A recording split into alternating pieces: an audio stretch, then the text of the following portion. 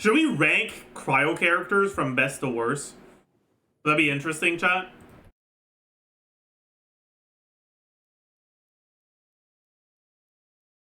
Alright.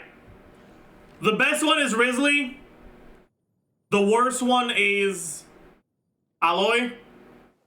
Everyone else is somewhere in between. Ayaka is definitely in between these two. Kaeya is in between Ayaka and Aloy. Chongyun is between Kaeya and Aloy. Qiqi. Okay, this one's hard. Is Qiqi better or worse than Chongyun? This is one of the most split opinions I've ever seen in chat. It feels like about half of you guys think she's better and about half think she's worse. I'm curious. Who's better? Qiqi, Chongyun. I wanna see what you guys think. Okay, it seems like it's not exactly 50-50. More like 60-40. About 60% of people think Chongyun is better. Can anyone explain what's good about Chongyun? Cooldown reduction. His C2 is really, really good. But it's on a character that's completely worthless outside of that. Chongyun used to be in national team, but like, that's just because people were ass at the game. I remember in fucking like 1.4 or whatever, when 1010 made his video on national with Chongyun, and I was mauling because he was using Chongyun instead of Sucrose. Okay? Like, it was never better. People were just delusional. I think both of them can be made to function.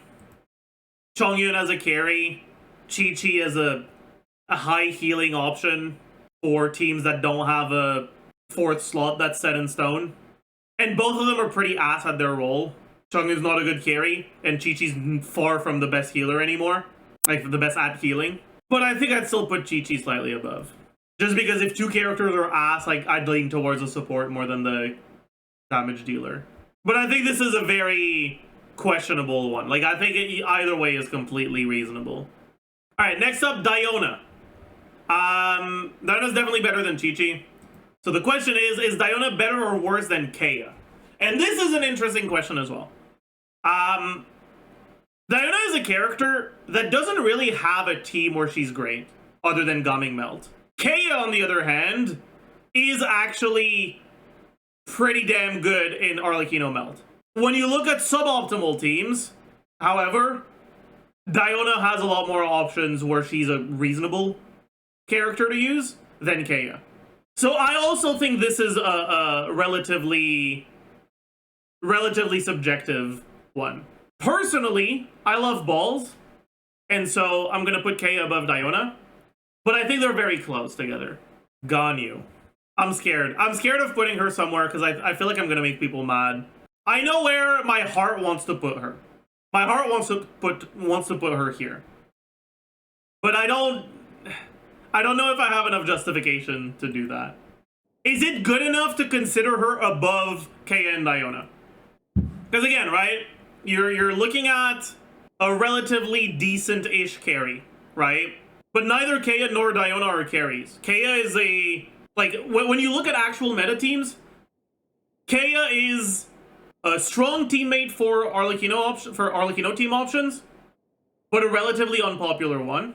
And Diona is a relatively popular teammate to a bunch of different teams, but not a particularly strong one. Compared to that, Ganyu is just a decent carry, and that's pretty much it. She also can be played in Hyperfridge, but she's just so much worse than the other options that I don't like it very much. I think I'm gonna put her below.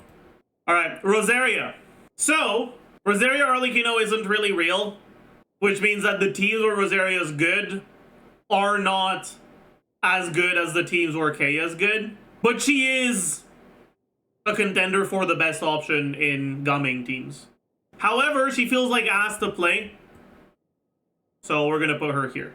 Charlotte. Charlotte is an interesting character because she's a pretty shitty option for Neuvillette teams, and that's kind of it. She doesn't really have other teams than Neuvillette teams. But Neuvillette teams are really fucking good. And Charlotte is arguably the best option for Neuvillette teams. Oh, maybe not. Maybe Farina's better, or Layla's better. She's one of the better options. 2 second clear with Arlecchino. Personally, I just don't have it in me to put Charlotte particularly high, despite her synergy with Neuvillette, because I don't think she's actually that good in Neuvillette teams. So I think I'd put her here. Charlotte is way better than Qiqi. I heavily agree with that. 100%. This isn't a tier list, by the way. This is Cryo ranking. This is not ranked yet.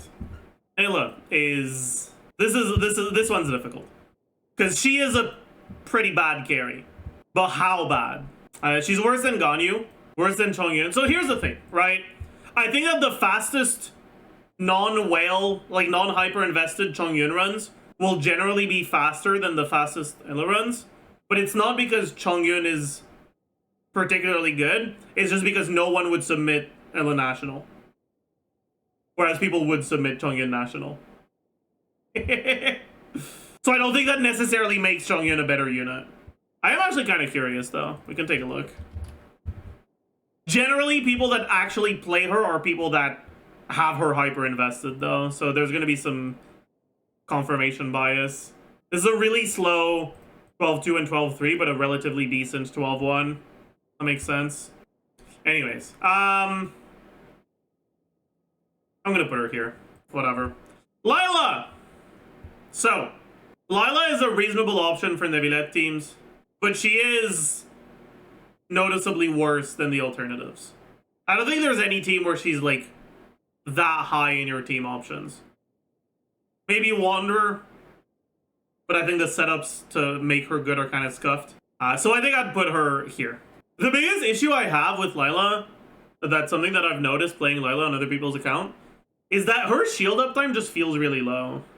With a lot of carries, if you don't swap directly from her to your carry, your shield uptime runs out before your carry uptime is over. And then if you take damage, because unlike Diona, Layla doesn't have any healing, that damage is permanent and it feels like ass. Shenhe! Shenhe is definitely top 3 Cryo unit.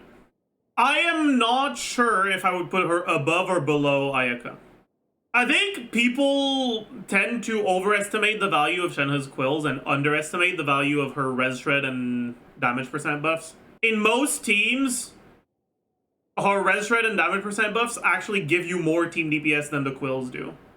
Like, I was fucking flabbergasted when I was doing Chaska calcs and I added the quills in and it increased the team DPS by like 3%. I was like, huh? What the fuck? That's so ass!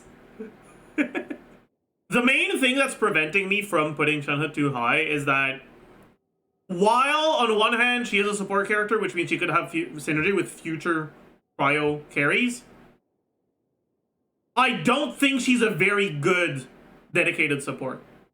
Comparing her to what you get out of Pharazon, for example, she's ass. Like, she's a straight ass compared to Pharazon. And so I think it's very possible they release another dedicated cryo support in the future that's just going to be better than her. And even if it's not a dedicated cryo support, the things that she provides are small enough that even a good generic support can outshine her. She doesn't have the Chevreuse and Pharazon effect of actually justifying her niche status with just a fuck ton of power. Finally, she's not very good in Hyper Fridge, so she's not as good as Ayaka. True! Okay, next. You know what, let's actually keep Mika for last. Femine is just gonna be below Layla. Like, whatever. Sure. Mika! Okay. Let's talk about Mika for a second. Okay? Okay, chat. 22% attack speed, up to 50% damage percent, and 60% crit damage is actually really good. However, no one gives a shit. Layla doesn't really benefit much from the attack speed or that much from the damage percent. And then the damage percent is reliant on you being in AoE situations. It's a lot less than single target. It only applies to active character, which means if you have to swap, you lose it. But unironically, if Yoimiya was a physical unit, Mika would be the fucking GOAT. Like, if you had an equivalent to Yoimiya as a physical unit, Mika would make her insane. And so Mika has, sorry, it's this one. Mika has room to grow in the future. Physical official? No, it has to be a unit that actually does damage. Like, if they made a unit similar in design to Yoimiya, a ranged physical carry that is normal attack based, and that is actually doing, like, good damage, Mika would actually be really fucking good for them. Only at C6, but still. I think that we're gonna see a physical carry that makes Mika better long before we're gonna see a physical support that makes the physical carries we currently have better. And because of that, I actually think that Mika is a relatively underrated unit, at least when it comes to his future potential. I will put Mika above Charlotte, below Ganyu. But I think he has the potential of going up to maybe even here in the future. I was assuming Hoyo is even wanting to release anything physical related. Why wouldn't they? It took years for good Geo units, and yet we got them. Like, part of the marketing strategy in Genshin is not giving us what we want for a long time to build up anticipation. Like, you already know how crazy Twitter's gonna go for the first Hydro Claymore we get. You saw how crazy they went for Kave on the banner for his first rerun. Like, building anticipation by intentionally not giving a specific thing doesn't mean just because we haven't gotten it in a really long time doesn't mean we'll never get it again. It's possible we'll never get it again, but I don't think it's a particularly good hint that we'll never get it again.